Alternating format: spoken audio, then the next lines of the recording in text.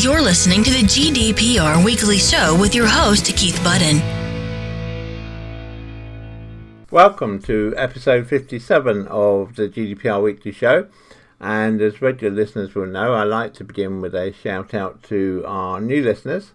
And so this week, a big shout out to our new listeners in London, Birmingham, Northampton, Portsmouth, Sheffield, Derby, Durham, Darlington, Watford, Cardiff, Reading, Newcastle upon Tyne, Guildford, Bristol, Hemel Hempstead, Leeds, Ipswich, Havant and Chelmsford, all in the UK.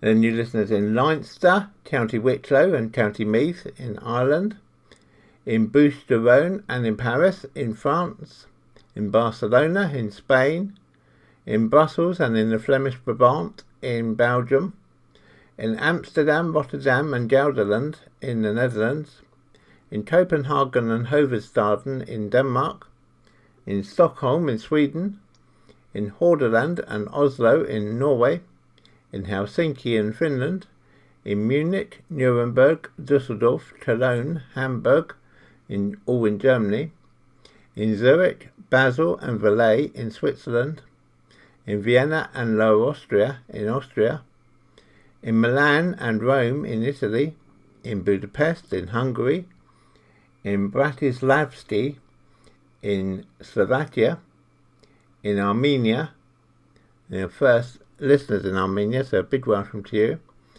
in Thessaloniki in Greece, in Istanbul in Turkey, in Tel Aviv and Hamadaz in Israel, in Nairobi in Kenya, in Comus in Namibia, in Cape Town in South Africa, in Tamil Nadu and Kerala in India, in Colombo in Sri Lanka, in Manila in the Philippines, in Singapore and in Hong Kong, in Tokyo in Japan, in Sydney and Melbourne in Australia, in Brasilia, Sao Paulo and Rio de Janeiro in Brazil, in Mexico City in Mexico, in Kingston, Jamaica, in Quebec in Canada, and then in the USA we have new listeners this week in Monterey, San Francisco, Dallas, Atlanta, New York, Portland, Boston, Los Angeles, Washington DC, Minneapolis, Houston, San Diego, Jacksonville, Phoenix, Kalamazoo, Seattle, Miami, Fort Lauderdale, San Antonio, Rochester, Denver, Chicago, Cincinnati and Greensboro. So a big shout out to you all. Great to have you all listening along. And of course a big shout out as always to all my regular listeners who I know listen every week to catch up on the latest news in the world of GDPR, and it's great to have you along. I really appreciate everyone taking 30 minutes or so out of their week to catch up on the latest GDPR news via the GDPR Weekly Show. And I hope that you find the show useful and entertaining and informative. As always, if you have any comments on the show or any ideas for articles you'd like to see included in the show, or indeed anyone you'd like me to interview for the show, or perhaps even for me to interview you for the show, please just drop me a line at podcasts@insurety.co.uk, that's ENSURETY.co.uk, or go to the www.insurety.co.uk website, go to the podcast page, and you can find all our previous podcasts there, plus details of how to contact us. So, without further ado, in a few moments I'll be telling you what's coming up in this week's edition of the GDPR Weekly Show. Check us out on Facebook. So, coming up in this week's episode of the GDPR Weekly Show, we have news that BA have announced a 17-week period under which those affected can claim potential damages for the BA data breach, which took place last year. And so we have details on that and how to make your claim. Then we have news of a large data breach at cosmetics firm Yves Rocher. Then we have an article asking, is Dominic Cummings asking gov.uk to become Big Brother? We then have an example from Manchester of a school being overzealous in their application of GDPR. We then have details of privacy campaigner Matt Schrems filing complaints against 8 tech giants in the EU for alleged failures to comply with GDPR rules for subject access requests. And we then look at when are damages payable under GDPR. And so, a real mixed bag for you this week in the GDPR Weekly Show, which I hope you find useful and informative. You're listening to the GDPR Weekly Show with your host, Keith Budden. We begin this week with an update on the British Airways data breach. Regular listeners will know that several weeks ago now, the ICO threatened British Airways with a fine of £183 million for its part in a data breach which occurred earlier last year. And whilst that is still under legal consideration, British Airways themselves have announced that they are going to allow a period of 17 weeks from now for people who believe they may have been affected by the data breach to submit a claim for compensation. Now, you can follow the direct route if you want and contact British Airways directly, or you may wish to join part of a class action which is being formed by a company called SPG Law, who are one of the UK's leading solicitors and barristers with the financial expertise and resource of American class action lawyers. They say they are passionate about winning the case and are determined to hold British Airways to account. And they point out that in the USA, their sister firm, Sanders Phillips Grossman, has already won over $1 billion of compensation for consumers in similar cases.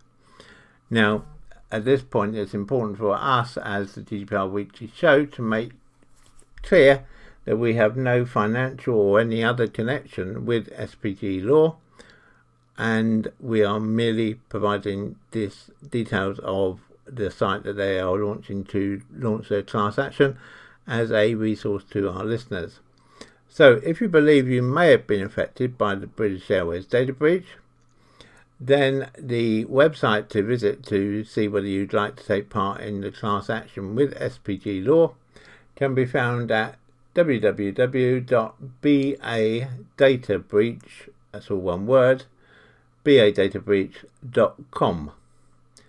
And there you will find details of how to claim, the reasons that you might be able to claim, the team who will be performing the class action, and a very useful frequently asked questions page. So, as I say, just include if you feel you may have been a victim of the BA data breach and you'd like to take part in the class action to recover damages, then please go to www.badataBreach.com and the site will tell you from there what to do. Should there be updates on the class action to be brought by SPG Law against British Airways, we will of course keep you updated in future episodes of the GDPR Weekly Show, and I'm hopeful that we will get an interview with someone from SPG Law in a upcoming episode of the GDPR Weekly Show. You're listening to the GDPR Weekly Show with your host, Keith Budden. News broke this week of a major data breach at international cosmetics brand Yves Rocher, who found itself caught in a third-party data exposure incident which potentially has leaked the personal information of millions of customers. The data breach comes from the exposure of a database left unprotected by a third-party consultant to Yves Rocher. Researchers with VPN Mentor on Monday said they discovered an unprotected Elasticsearch server owned by Alinet, which provides consulting services to a number of large firms, not just Yves Rocher, but other firms including IBM, Salesforce, Sephora and Louboutin. The server in question, though, contained data about international cosmetics and beauty brand Yves Rocher, as well as exposing full personal identifiable information of millions of Yves Rocher customers. The biggest impacts felt by Alinet, its client Yves Rocher, and the retail company's end customers, researchers said in a security alert posted on Monday. It added The Alinet leak has wider reaching consequences than the impact on individual customers. The data breach impacts clients who place their trust in the company to protect their sensitive information. One concern is that there may be other unsecured databases and applications that haven't been discovered yet. Neither Alinet nor Yves Rocher have responded to a request for comment, but we will continue to request comment from them. What we do understand at the moment is that the data primarily related to Canadian customers of Yves Rocher, although it's believed that other nationalities are involved too, and the data leaked includes first and last names, phone numbers, email addresses, date of birth, and zip postal codes. In addition, the researchers who found this data were able to view records of more than 6 million customer orders for Yves Rocher. Each order was linked to a unique customer ID, and researchers were able to use this customer ID to then tie this with the leaked personal data records. They said that for each order we were able to view the transaction amount, the currency used, the delivery date, and the location of the store where the order was placed. The order records also included the full name of the employee who processed each order, along with their employee ID. The data on the server also exposed internal information about Yves Rocher itself, including statistics describing store traffic, turnover and order volumes, product descriptions, and the ingredients for over 40,000 retail products, together with product prices and relevant offer codes. Finally, the researchers were able to access an API interface for an application created by Alinet for Yves Rocher. While the application appears to have been created to be used by Yves Rocher employees rather than customers, it is linked to databases containing customers' home addresses and purchase histories. Given what we know about this information, it would certainly be sufficient for identity theft. If we get any further information on this data breach from Yves Rocher, we will of course bring it to you in a future edition of the GDPR Weekly Show. We should say that we did receive notice on September the 4th that Yves Rocher had now protected this database and that it was no longer possible for unauthorized people to access any of the contents of the database. You're listening to the GDPR Weekly Show with your host, Keith Budden. While Brexit has been occupying the headlines here in the UK, several newspapers picked up on the fact that allegedly Boris Johnson and his advisor Dominic Cummings have been working on a plan to harvest user data from the .gov.uk websites and bring that data together to form patterns of usage and also to try and identify, for example, geographic areas within the country, socio-demographic groups within the country. Users were looking at different sections of the Gov.uk website and so building personality profiles effectively of those users. And the Information Commissioner has picked up on this, and we understand that the Information Commissioner's Office, the ICO, has reminded the government of its responsibilities under GDPR, and that GDPR applies to the government just as much as it does to anyone else, and that they need to be careful on this information that they are gathering, because make sure that any Gov.uk website makes it clear to users that data may be used in this way. And our personal belief at the moment is that lots of Gov.uk websites don't do that, and also that they could demonstrate a legitimate reason of why they needed to be able to take that data. For their part, the government have said that all the data will be anonymised and that it won't be possible to identify any single individual's trends or data from the data that's been submitted. From minutes and emails that have been linked to the press, they appear to reveal that the Prime Minister and his most senior aide, Dominic Cummings, have called for civil servants to share data about usage of their divisions of the gov.uk website in order to inform Brexit preparations. The leaks also indicate that the government is seeking to accelerate adoption of Verify, a digital identifier platform for public services, as parts of plans to transform the ways citizens interact with the government.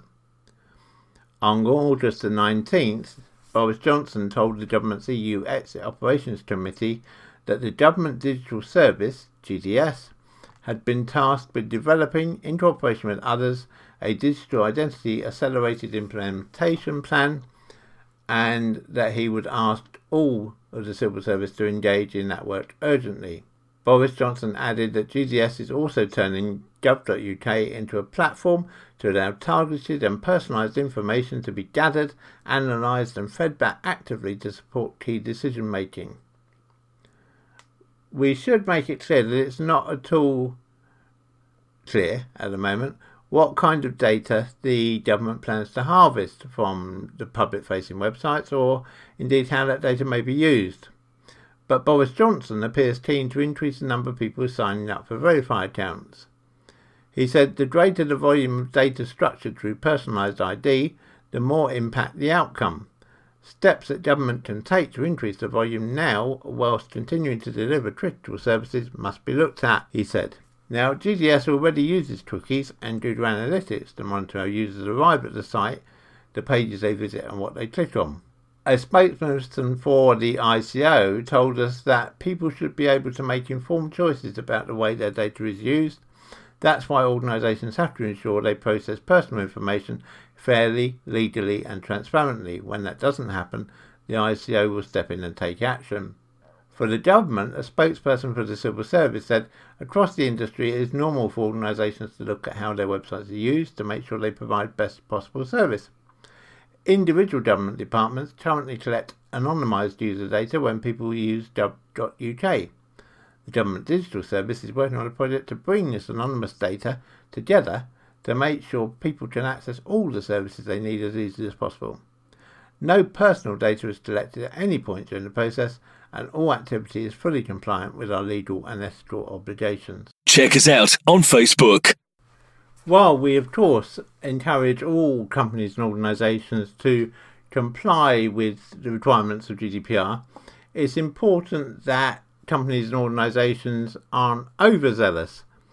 And the Manchester Evening News this week picked up on a story which would seem to indicate that maybe some schools in the Greater Manchester area are taking GDPR a bit too far. The story broke with the name that Harry Slavik cannot have his surname on his school book, not because, you might think, because of its difficulty of pronunciation, or at least I find it difficult to pronounce, apologies Harry, but because of GDPR. And so on his school books he was told he couldn't have his surname, but instead would be known as Harry 2. His mum says that she's confused and says that her son's classmates have taken to calling him Harry 2 because of teachers' fears over GDPR.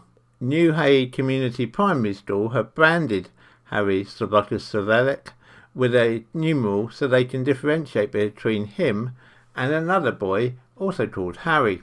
The Rochdale School says it does not use surnames at all on children's workbooks. It says that it is complying with the GDPR regulations because it wants to make sure surnames aren't on books so that children can't be identified when books are taken out of the classroom, for example, during parents' evenings. But Harry's mum Tanya says she's checked with the ICO and has been advised that the policy is not necessary. The silly rule has led to the name sticking, and Tanya says classmates now call her son Harry 2. He even got a Christmas card from another boy which said, "To Harry 2 from Jack 2, Tanya said. They're taking away his identity. Well, we have to say that we agree with Tanya in this. There's nothing in GDPR that would require a school not to put a child's surname on a textbook, on a workbook or textbook. And ironically, we've seen the cover of one of the books in question, and it actually says that the class is Miss Riley. So presumably the school is saying that under GDPR it's fine to put the teacher's surname but not the children's surname. It's clearly just ridiculous and a bit of overzealous application of the GDPR requirements. Tanya said that she'd eventually received a letter from the local education authority, Rochdale Council, clarifying the situation. Rochdale Council Information Governance Unit told Tanya The school has made the decision to not put surnames on children's workbooks, as these books are visible to others at parents' evenings when books are out in the classroom and contain personal information relating to children. The school has taken this decision to ensure compliance with GDPR and reduce the risks of a data breach occurring going forward. You also stated that your child has been called Harry too within the classroom verbally by a teacher. Although this is not directly related to GDPR, we have raised this issue with the school's head teacher. The head teacher has spoken to members of staff regarding this, as it's certainly not their policy or indeed their practice not to use surnames when talking to children in school. Children's surnames are sometimes used when talking about and to children, and at no point is it their intention for children to lose their identity.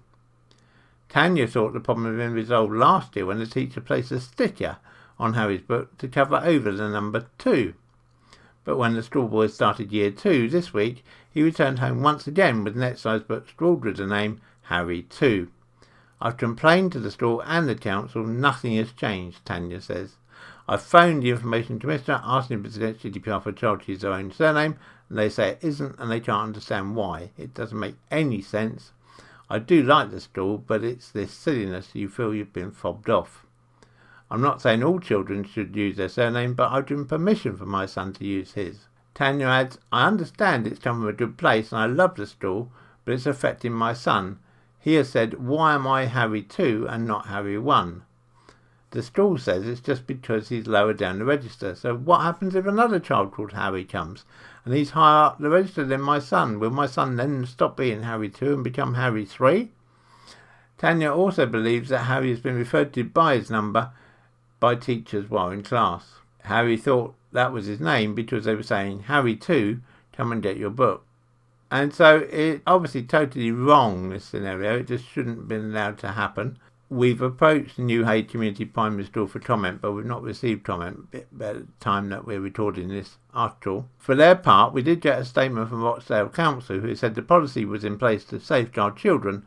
However, the number system has been scrapped following feedback from the parents. They said we're working with the school to adopt a more common sense approach. So hopefully that issue's been resolved, but here's a call out to Tanya and to any other parents in other schools. If your children are being called by their Christian name and then just a numeral rather than their name, and teachers say that it's because of GDPR, please do pull them up on it. It's not necessary, and if they won't take action, then please do let us know, and we will gladly call them out on the GDPR Weekly Show.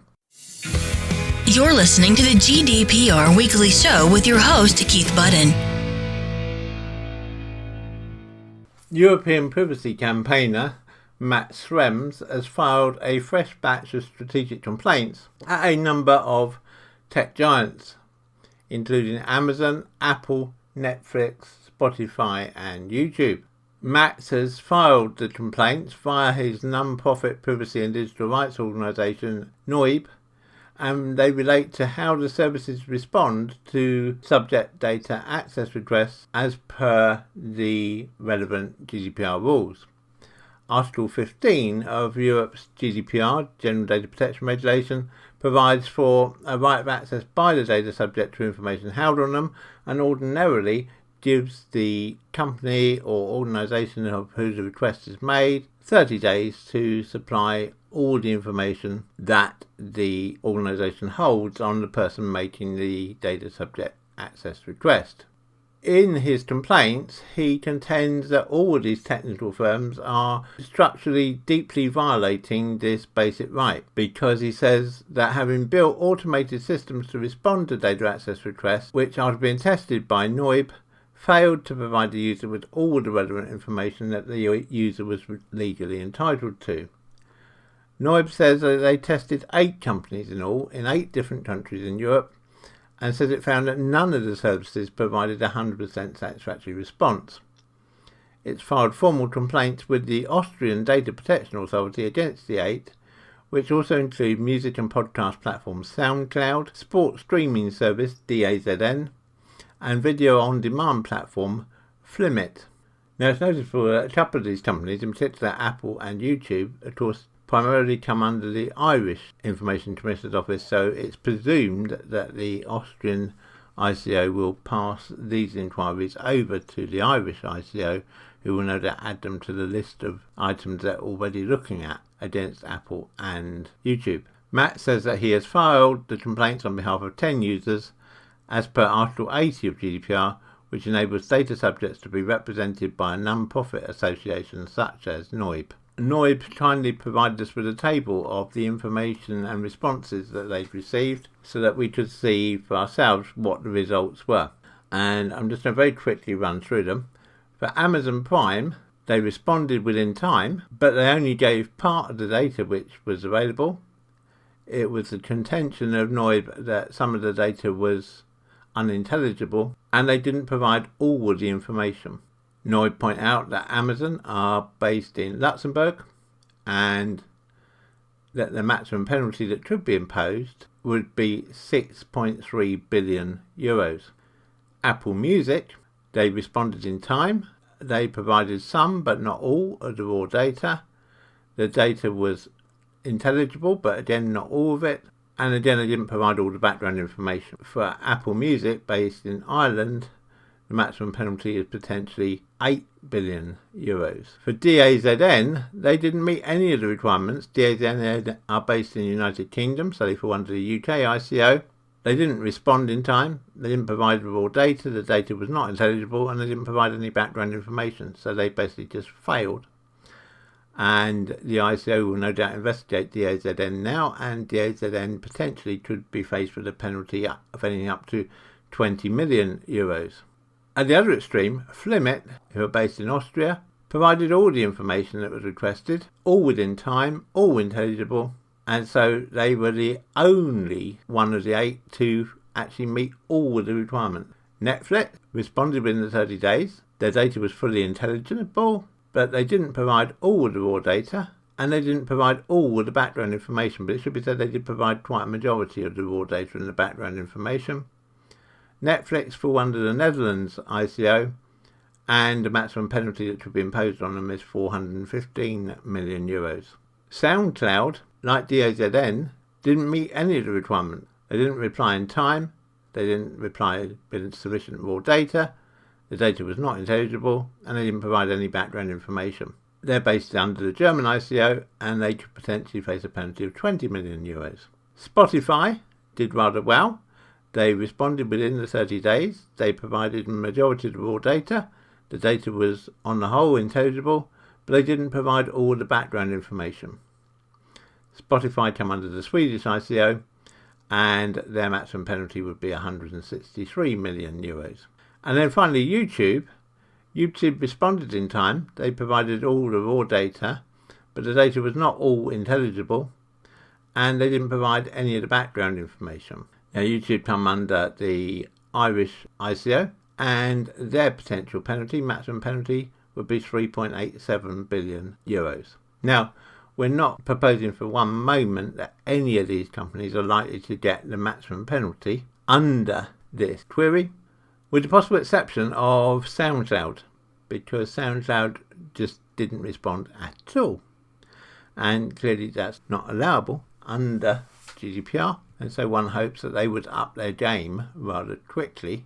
So we've asked NOIB to keep us updated on the progress of their class action, their request here, and we will keep you updated as we receive news from them on how this is progressing and what action all the various information commissioners across Europe are taking against each of the big 8 that are based in their jurisdictions.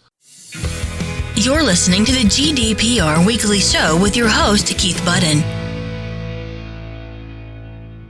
One of the unknowns under GDPR at the moment is what level of compensation individuals might be able to claim for distress and other damages resulting from companies failing to comply with all the requirements of GDPR. However, there has been some guidance in the last month or so from Germany, where the Dresden Court of Appeal has decided on claims for damages under Article 2 of GDPR with regard to minor violations of GDPR. The defendant the provider of a social network had deleted a post from the plaintiff and suspended the plaintiff's user account for 3 days. The plaintiff asserted inter alia material and non-material claims for damages under Article 82 of GDPR. Having considered the evidence before them, the Court of Appeal dismissed the asserted claims under Article 82 of GDPR. Now, just to remind you, Article 82, paragraph 1 of GDPR provides that, and I quote, any person who has suffered material or non-material damage as a result of an infringement of GDPR shall have the right to receive compensation from the controller or processor for the damage suffered. End quote. In this case, the Court of Appeal ruled that the requirements of Article 82, paragraph 1 of GDPR were not fulfilled. First, the Court of Appeal held that the deletion of the plaintiff's post and the suspension of his user account did not constitute an infringement of the mandatory provisions of GDPR. It noted that the defendant's processing activities in connection with the provision of the social network and its functions were justified by the plaintiff's consent under Article 6 of GDPR, which was granted by accepting the defendant's terms of use. The Court of Appeal did, however, not address the question of whether the acceptance of the defendant's terms of use by the plaintiff constituted lawful consent in the meaning of GDPR.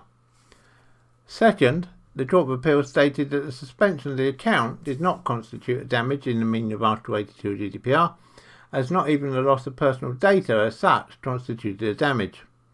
In the view of the Court of Appeal, the 3-day suspension constituted only a minor violation. The Court of Appeal found that claims for damages under Article 82 of GDPR may not be asserted for only minor violations. The Court of Appeal acknowledged that there have been arguments that in order to have a deterrent effect, minor GDPR violations should also generally be regarded as sufficient to trigger claims for damages under Article 82 for the persons affected. This view is supported by Recital 146 to GDPR, which provides that, and I quote, the controller or processor should compensate any damage which a person may suffer as a result of processing that infringes GDPR.